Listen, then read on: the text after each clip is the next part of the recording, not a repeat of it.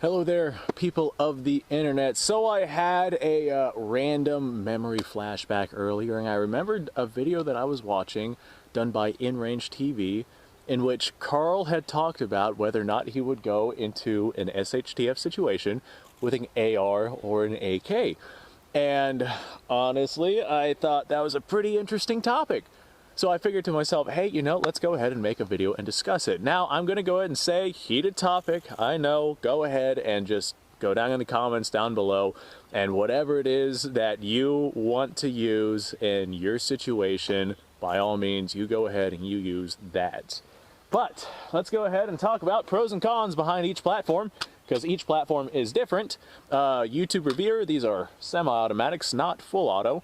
And they each take a 20-round magazine, and this one is just a 20-round magazine to go with my M16 style built on a KP15 lower. If you don't know what the What Would Stoner Do project is, then go ahead and look that up. You can find it on YouTube pretty easily. Now, there for a while, I've made several videos on it. There for a while, I was talking about how I would absolutely bring an AK into an SHTF situation just because of my capabilities as a shooter. 7.62x39, like, I am not capable enough to be able to be accurate enough to the point to where 7.62x39, the long range disadvantages of it, like, I just wouldn't be able to really get hindered by that because I wouldn't be able to accurately shoot at those long ranges.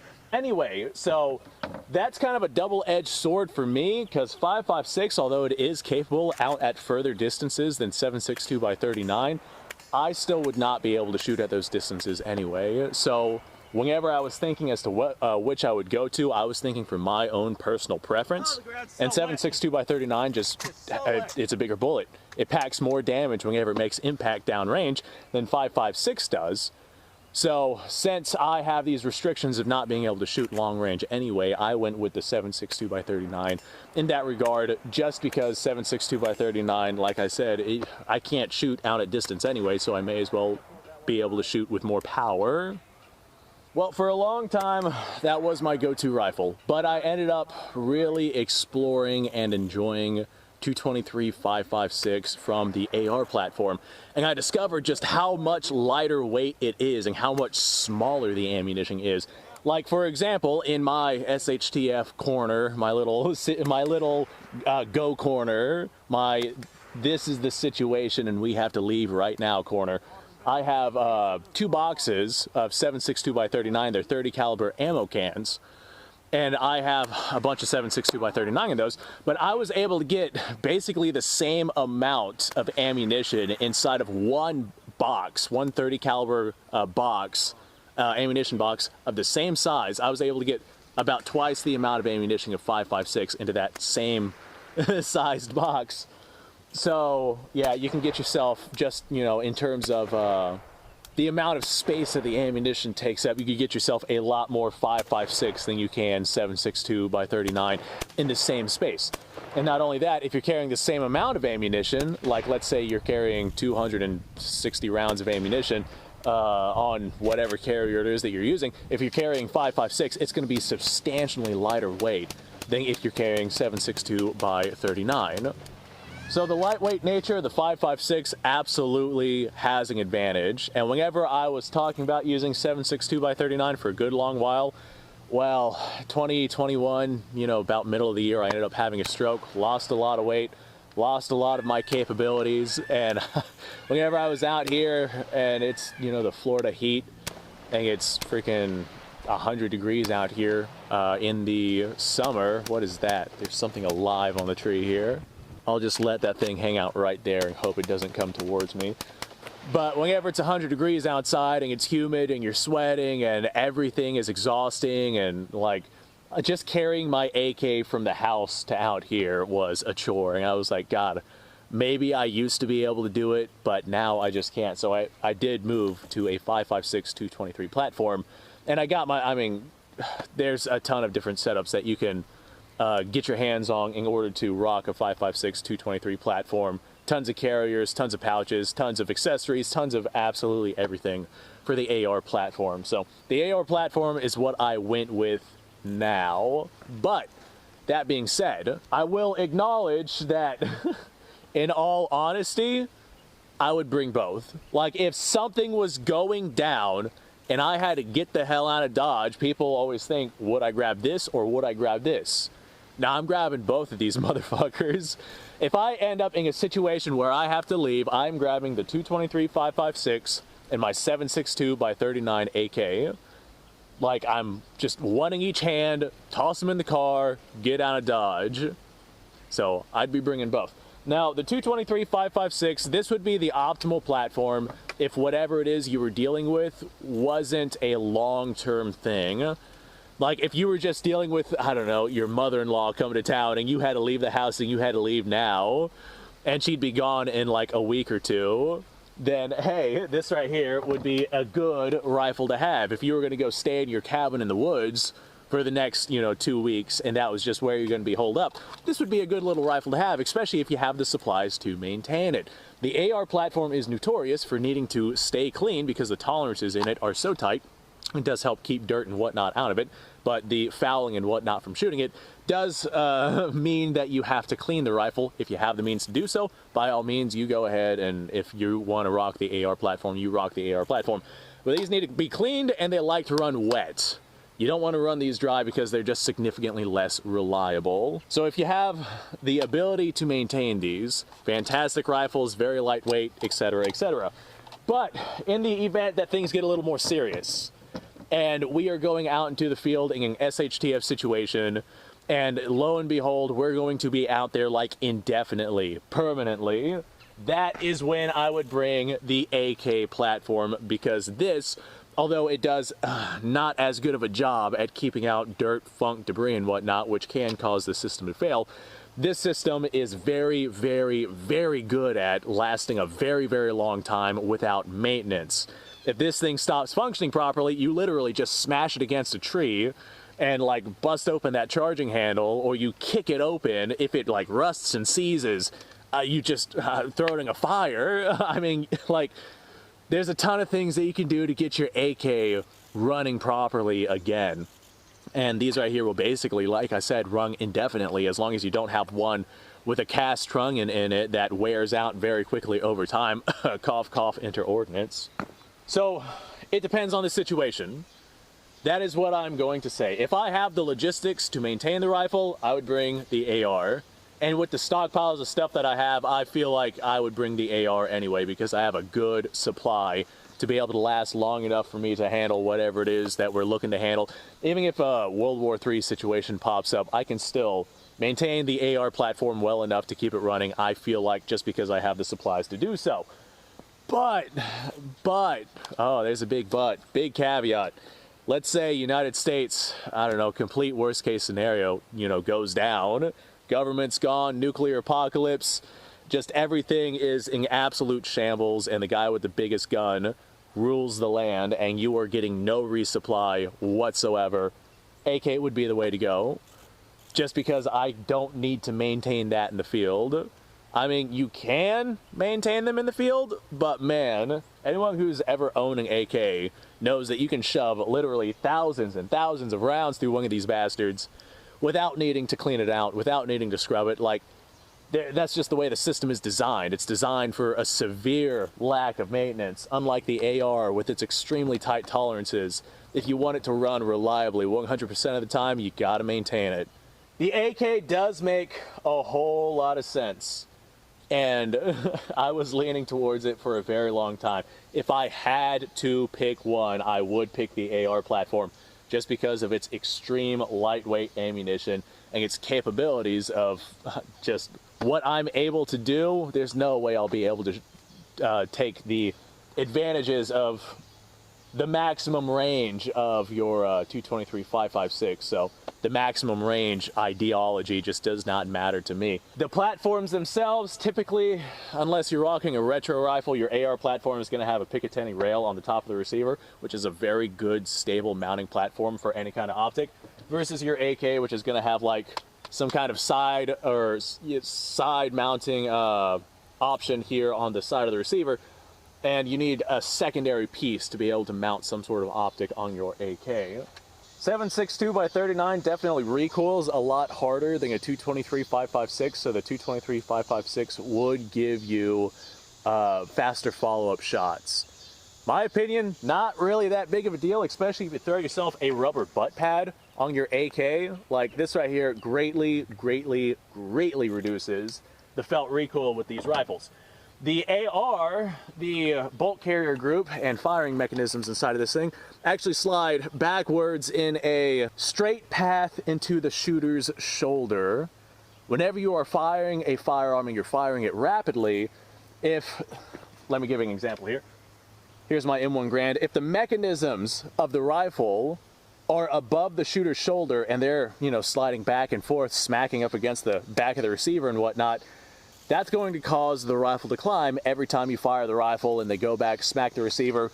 Just with the angle, the height of all of those moving parts in comparison to where you are shouldering the rifle, the faster you fire this, the more the rifle is going to climb, just because of the nature of the momentum, the actual laws and physics of the firearm, pushing the firearm up into your shoulder. The AR platform, the bolt carrier group and whatnot just kind of moves in line through the buffer tube that we have here in the stock directly into your shoulder. Not only does that alleviate a lot of the recoil that is felt, which doesn't matter much in a 5.56 223 platform, but if you are firing very quickly, that's a good way to keep yourself on target. You don't have near the amount of muzzle rise that you would have with something else, especially if you have yourself some sort of compensator on it. This is just a standard flash hider, but if you have yourself some kind of compensator on it, that will also help alleviate climb and recoil, then these right here can be incredibly accurate, fast follow-up firearms.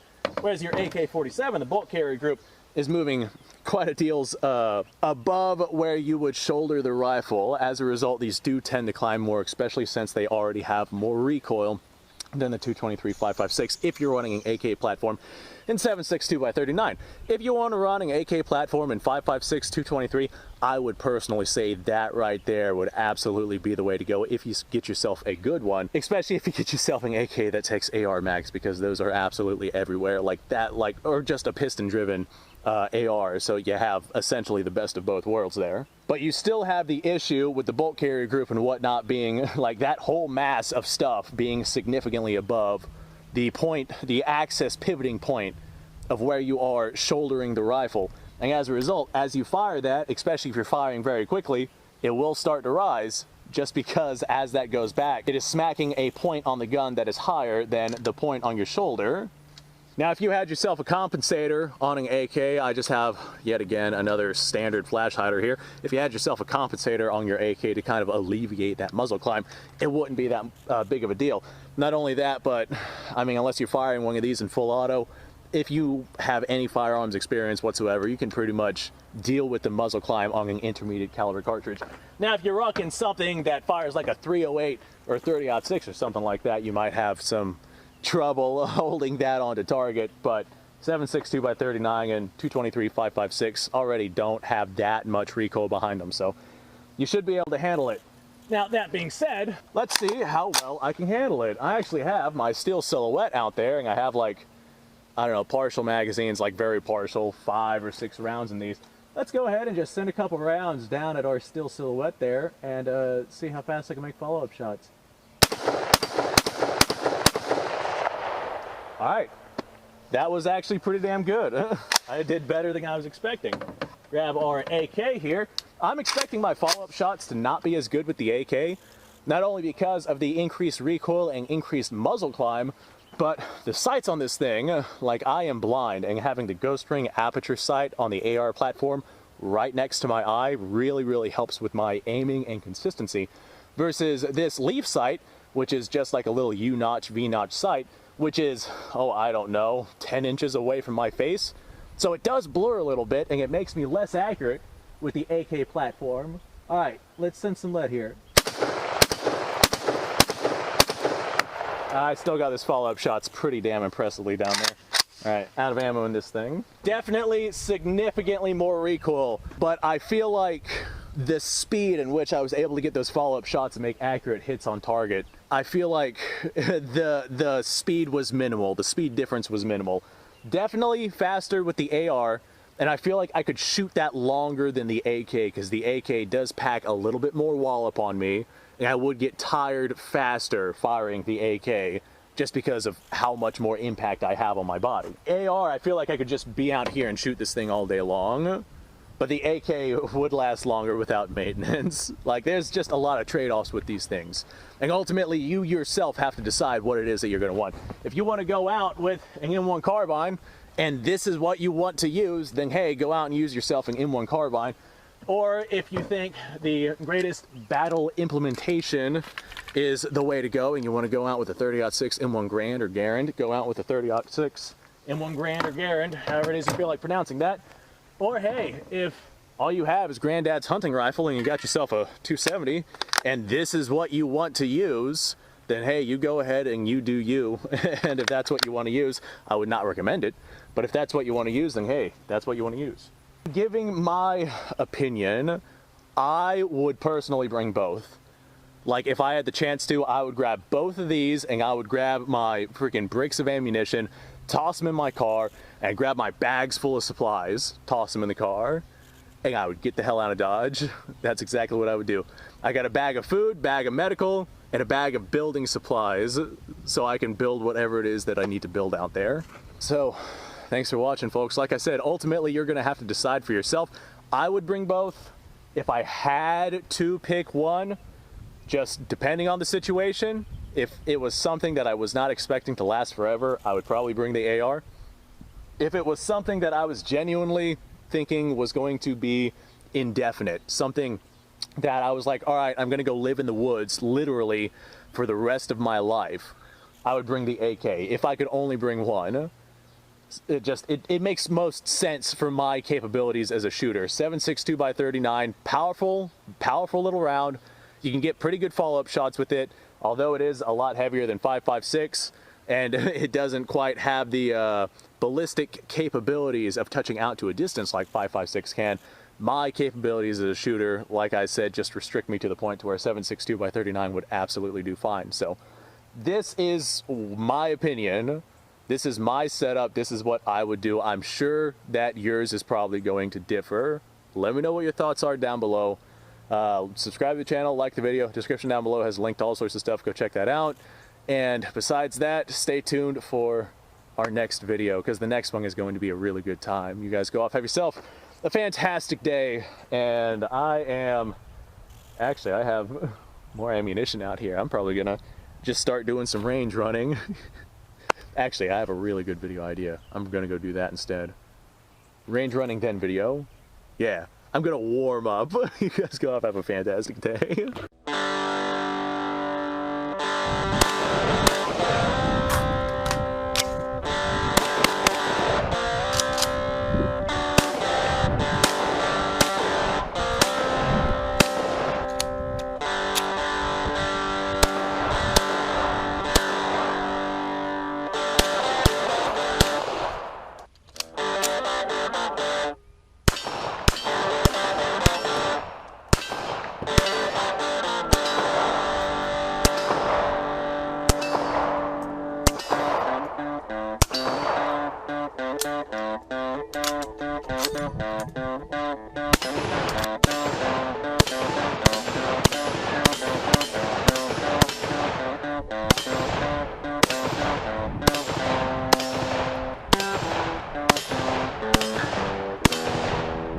Been a little while since I've done this.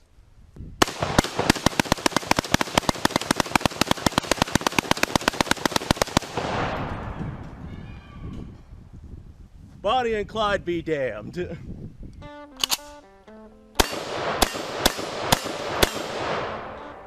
Poor man's Garand.